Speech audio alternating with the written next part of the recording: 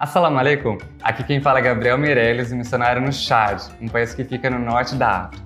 E hoje a gente vai continuar aquela série de vídeos collabs com alguns missionários ao redor do mundo para poder encorajar vocês de alguma forma através da vida deles. E hoje a nossa conversa vai ser com os missionários pastores Gustavo e Luciana, que são missionários no Brasil mesmo, no estado de Amapá, na cidade de Macapá. Então a gente vai ter essa conversa com eles e espero poder encorajar vocês de alguma forma. Então bora participar dessa conversa junto comigo.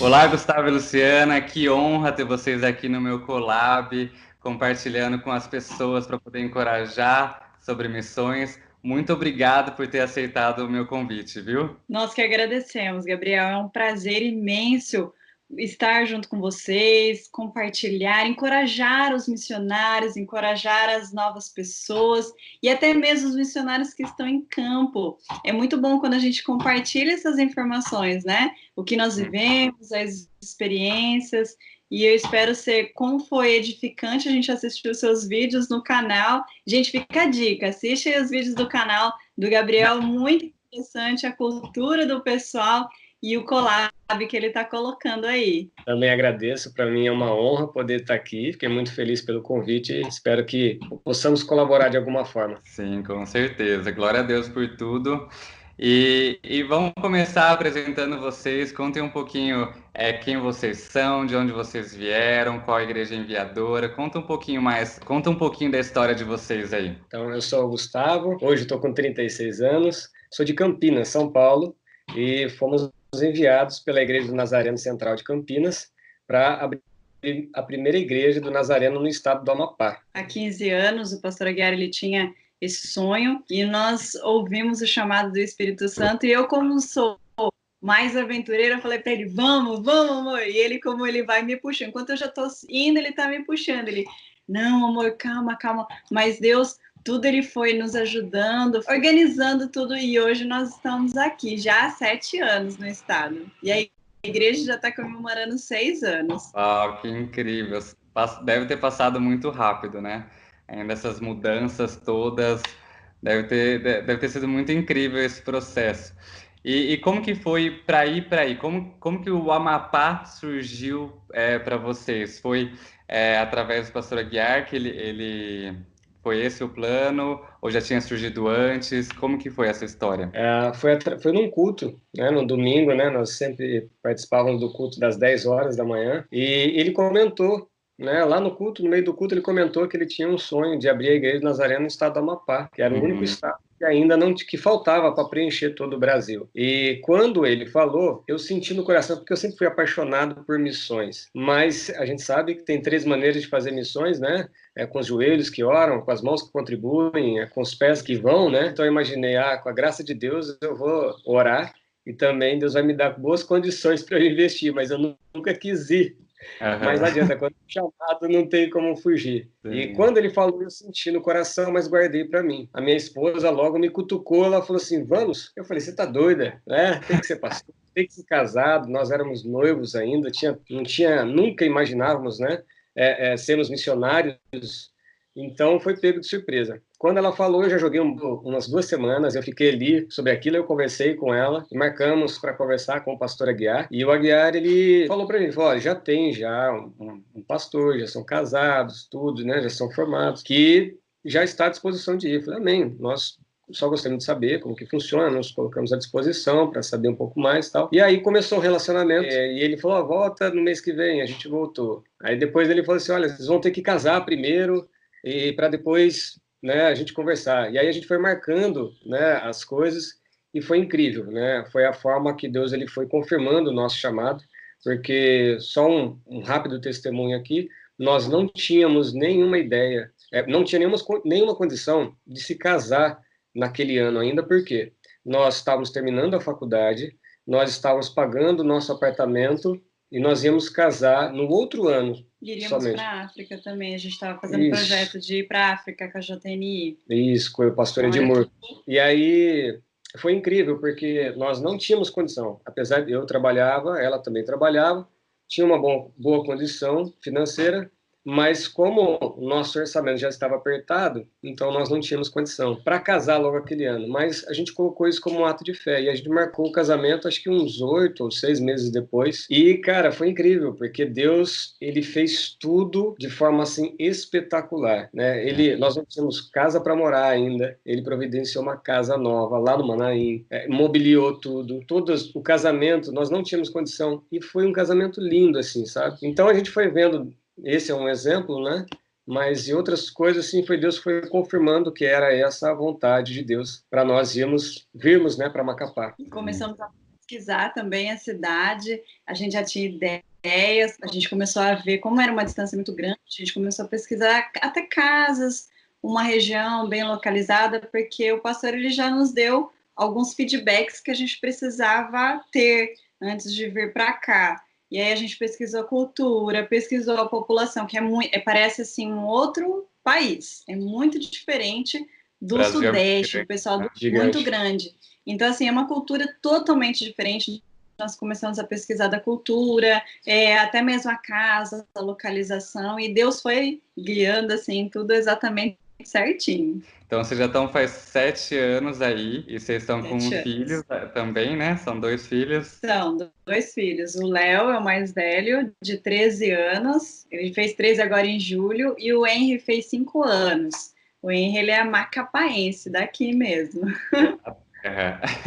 Conta um pouquinho pra gente como que foi esse começo da trajetória de vocês aí no Amapá, como que foi esse processo? Bom, então nós chegamos aqui quando a gente veio espiar a terra, saímos do hotel e eu falei para o Gustavo, nós vamos para a direita ou para a esquerda? Não sabíamos nada, não tínhamos ninguém, nós só tínhamos a direção do Espírito Santo. E o trabalho em casa também foi desafiador, porque foi o nosso primeiro trabalho. Então nós saímos de manhã, fazíamos o evangelismo, depois de 3 meses, então a gente resolveu fazer o grupo pequeno em casa.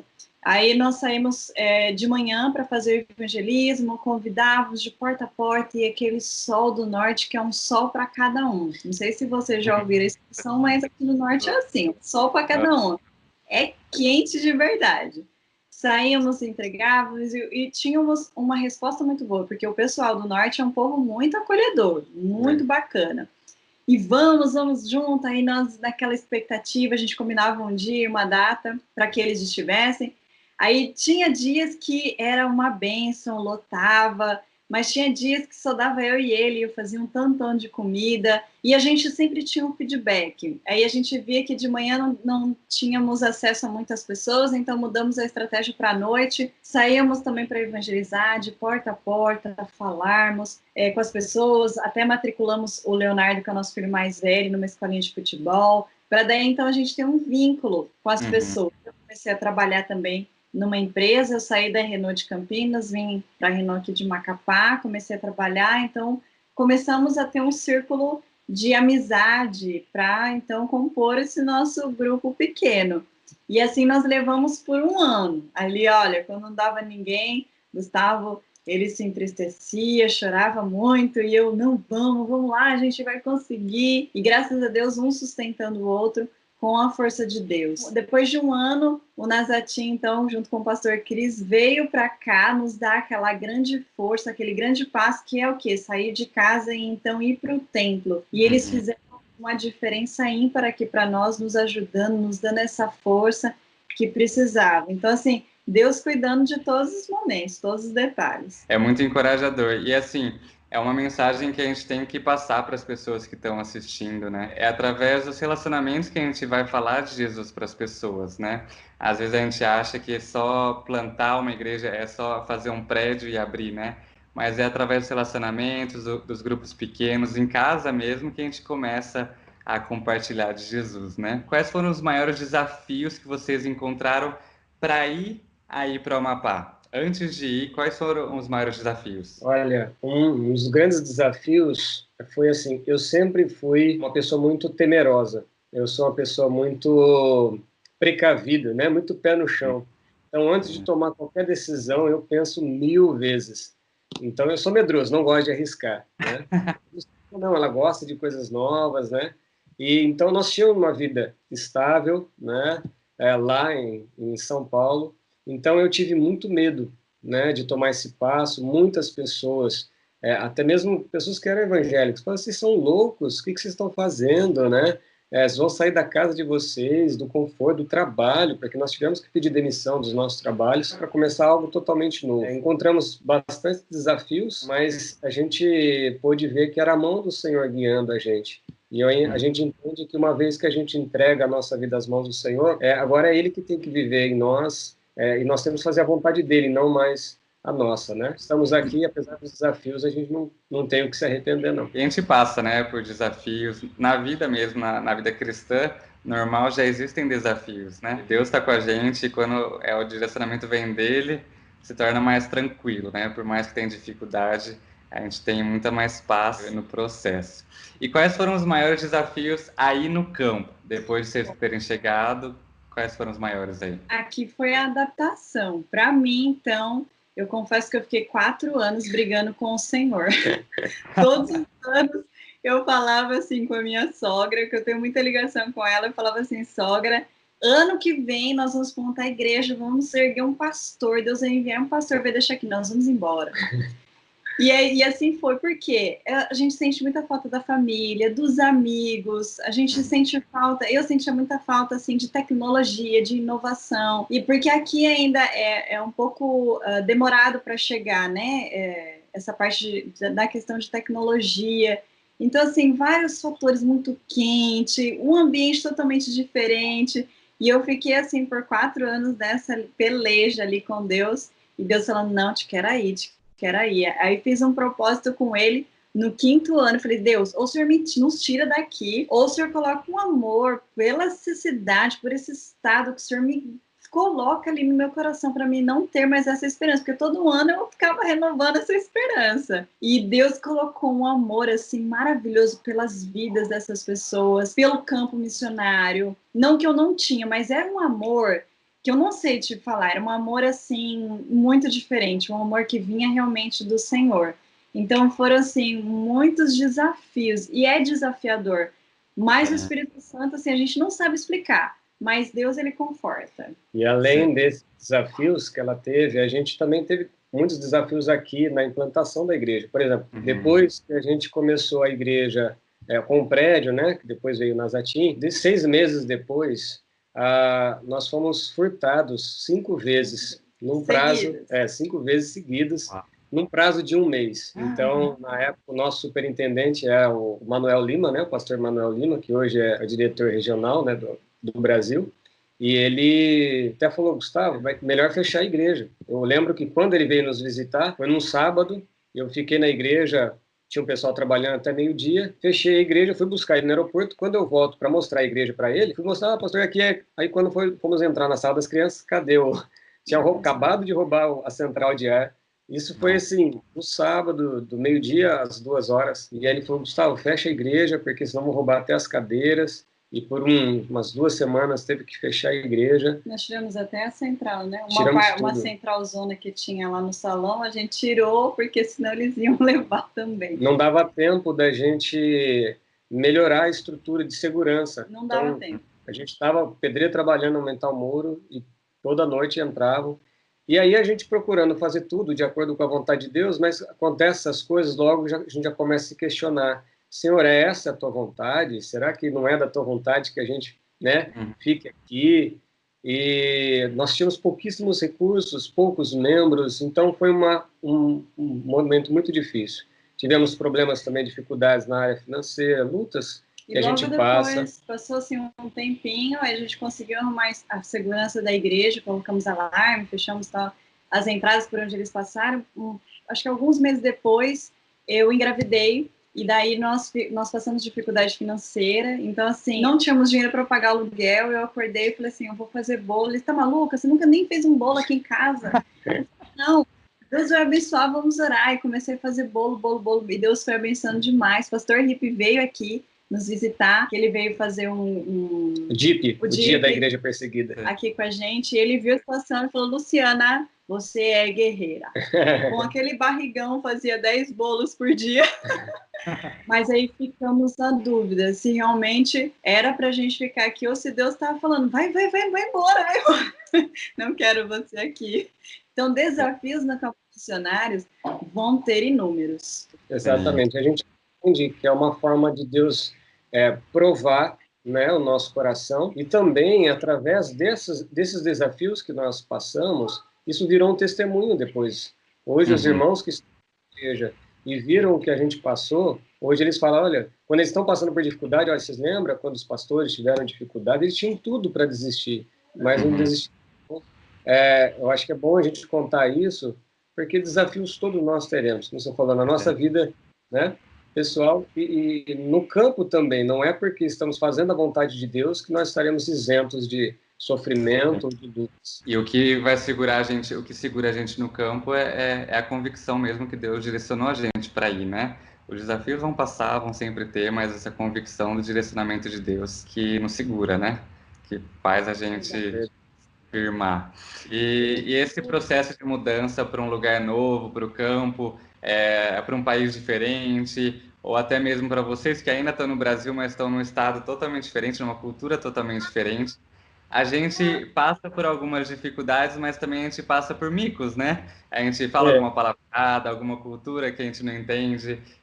Conta algum mico aí que vocês passaram nesse processo. Pois é, rapaz. Aqui a gente tenta se aculturar, né? Tá saindo a voz, meu filho? Espera um pouquinho. Essa é a família de missionário, tem que mostrar isso também. Pois é, quando a gente está no campo missionário, eu acho que o interessante é a gente se aculturar, né? E aí, então, na cultura deles aqui, quando alguém está doente, está com fraqueza, eles fazem uma mistura chamada caribé. Eles pegam farinha, água, limão, assim, e tomam. Eles falam que é o levanta defunto. E uma vez eu estava pregando, né? E eu tentando me aculturar numa pregação, eu falei assim, olha, quando o homem está fraco, nada melhor que um cabaré para deixar o homem forte. Cara, e eu percebi que as pessoas regalaram o olho assim, ó, eu acho que eu falei alguma coisa errada. Mas continuei, né? A gente não podia assumir ali. Aí no carro, a Luciana, que negócio é esse de cabaré? Eu falei assim, não é aquele negócio que eles tomam, é caribé. Ai, cara, depois disso, umas 5 pessoas saíram da igreja, mas estavam... A gente passa, e é engraçado, né? Lembrar dessas coisas, assim, porque tem as lembranças ruins, mas também tem as engraçadas para poder contar para as pessoas, né? Eu não sei, eu já contei isso no meu canal, no meu Instagram também, que eu já passei 6 meses no Piauí através da Igreja do Nazareno também. Eu servi lá no ANA, que é a organização que cuida de crianças em estado de vulnerabilidade. E foi muito bom esse tempo que eu passei lá, eles me receberam, a igreja local me recebeu, a igreja Nazarena me recebeu lá.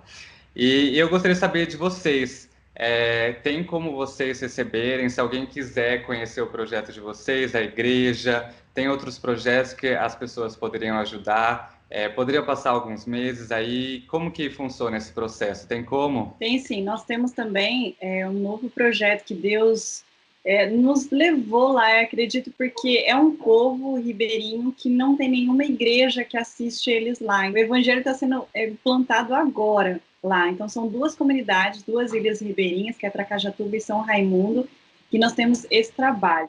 Missionário aqui é muito bem-vindo, porque o campo é muito grande. A nossa igreja ainda ela está em plantação, ainda está em crescimento. Então, assim, toda ajuda, toda a equipe missionária até que a gente recebe é muito bem-vinda. Nós temos regiões ainda que queremos ir, queremos avançar, mas ainda até estamos formando missionários na igreja, pessoas para nos ajudar, porque para a gente aqui, para o povo daqui fazer missões, é mais normal com os ribeirinhos, então assim, você não tem tanta ajuda, com o pessoal de outros lugares vem para conhecer a cultura ribeirinha, então serão muito bem-vindos. Em relação às instalações, a gente sempre tem a igreja, que ela é bem acessível, local, e ela é bem, a gente tenta acomodar da melhor forma, assim, para receber essa equipe e os missionários. Legal. Então já fica o convite aí para você que está assistindo, pode visitar lá no Amapá, o Gustavo e a Luciana, vai ser muito bom ajudar essa igreja ali no comecinho ali, encorajar eles de alguma forma com esses ministérios. E Compartilhando um pouquinho da família de vocês, a gente sabe que vocês têm 2 filhos, e eu queria saber, assim, um conselho para missionários com filhos. É possível, então, ir para as nações, ir para outros lugares com os filhos? Aí, o filho, chegou. Você acabou de falar de filho, acabou de chegar meu filho aqui. E essa é a Nós temos família. 2 filhos. É assim que eu trabalho missionário, né? É a família toda trabalhando. Uhum, Então, o conselho que eu dou é os pais terem bastante tempo de qualidade com os filhos. Porque no trabalho missionário exige-se muito, no processo de implantação, você tem que cruzar a bola e correr para cabecear, né? Então, normalmente no começo centraliza-se muito nos pastores, implantadores, então isso toma muito tempo. E aí nós temos que tomar o cuidado de não deixar os nossos filhos jogados, largados. Nós temos que sempre ter um tempo de qualidade com os nossos filhos. Até porque aqui nós estamos sozinhos, não temos nenhum parente aqui. Então, nós temos que estar sempre ali envolvendo, tendo tempo de qualidade, levando um filme, ou uma brincadeira, um passeio, né? Para não se tornar isso um fardo para eles, porque até então eles ainda não tiveram um encontro com o Senhor Jesus Cristo, não têm a capacidade de compreender o que é uma obra uhum, missionária, né? Então, para que isso não passe de uma forma negativa, a gente não seja um fardo para eles, né? Então, a gente sim. procura ter bastante tempo de qualidade com eles. E uma outra dica é sempre o missionário ele ter a sua disciplina organizacional, financeira principalmente, porque, por exemplo, a nós que estamos no Brasil, mesmo que estamos no norte, nossos pais estão no sudeste, a gente se programa pelo menos uma vez por ano de estarmos juntos com a Uhum, família. A família que fica também fica com o coração partido e o mesmo que a família uhum, que vai. Então, essa organização, essa disciplina financeira, ela é muito importante para que, então, tenha essa conexão com a família que ficou. É isso sim. que a gente deixa. Esse é o Ah, Henry. ah. Prazer, Henri. Oi. Eu vejo aqui no chat também, assim, as famílias. Tem famílias aqui que têm 4, 5, 6 filhos. São famílias grandes. E eu vejo que é possível, sim, né?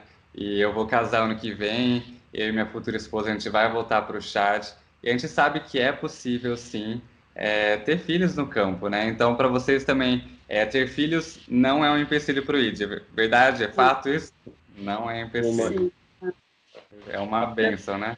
Por exemplo, o Henry é pequeno, né? Então, muitas vezes a gente divide o trabalho missionário. Como Tracajatuba e São Raimundo são 2 horas de carro, mais 30 minutos de barco, 40 minutos de barco, mais o trabalho com as crianças lá, com os jovens, adultos lá, então torna-se o dia todo. Como eles ainda não acompanham a gente na viagem, a gente reveza. Então, às vezes vai ele, às vezes vai eu, para que assim a gente sempre pergunta para eles: vocês querem ir? Nada é impositivo para que não torne um fardo. Se vocês quiserem ir, nós vamos levar. Ah, não, mãe, prefiro não ir. Então a gente tem esse revezamento, mas é muito válido termos crianças, principalmente no campo missionário, que te dá mais garra, te dá mais força. O casal ele fica muito mais unido e é muito bom, uma bênção. É uma benção mesmo. E infelizmente nosso tempo chegou ao fim. Queria poder falar mais com vocês, conhecer um pouco mais da história de vocês. Mas para terminar esse vídeo, vocês gostariam de compartilhar alguma mensagem de encorajamento que faltou, que vocês gostariam de compartilhar com as pessoas que estão assistindo esse vídeo? Tem alguma mensagem aí para vocês compartilharem? eu acredito que missões é um chamado para todos, né? Tem várias formas de fazer missões, mas é o ID, é uma ordem que o Senhor dá. Eu acho que é Sim. muito importante a pessoa, não é porque todos têm que fazer missões, é que todos têm que ir, né? Então é muito interessante ela ter a convicção do seu chamado em primeiro lugar, porque essas lutas, as provações, elas virão, né? Então quando você tem, como você comentou, né? Quando você tem a convicção do seu chamado, isso sustenta você para você Hum, não desistir no meio do caminho, não é sim. verdade? Então, mas eu acho que é muito importante, porque eu entendo que Deus nos chamou com um propósito, né? E todos nós, como membros deste corpo, que é a Igreja de Cristo, temos esse propósito e nós temos que dizer sim e fazer a vontade dele, né? Isso, sem dúvida, vai fazer muita diferença no mundo. Verdade. E missionários, venha, vá para o campo, faça o ID do Senhor. É desafiador, mas é muito edificante, assim, tanto na sua vida espiritual, tanto emocional. É maravilhoso. Nós não nos arrependemos de nada. Verdade. Se pudéssemos, faria outras vezes e muito mais. É muito bom mesmo, né? Quando a gente faz a vontade de Deus é muito bom, né? Mas é isso aí, Gustavo e Luciana, obrigado mesmo por essa oportunidade de poder conversar com vocês. A gente está do outro lado do mundo, vocês estão aí no Brasil, eu estou aqui no Chad. E foi uma conversa muito gostosa, muito obrigado mesmo. Para quem quiser conhecer mais o trabalho deles, quem quiser entrar em contato com eles, eu vou colocar na descrição desse vídeo os contatos deles e fiquem à vontade. Obrigado, viu, Gustavo e Luciana? Deus abençoe vocês. Obrigado, Gabriel. Obrigado a todos vocês. Um abraço. Deus abençoe. Muito obrigado mais uma vez por essa oportunidade de poder compartilhar nossa história. Que Deus abençoe você no Chad, seu casamento, e o que precisar, a gente está junto aí. Amém. Obrigadão, viu? Tchau, tchau. Tchau. Deus Até mais. abençoe. Deus abençoe.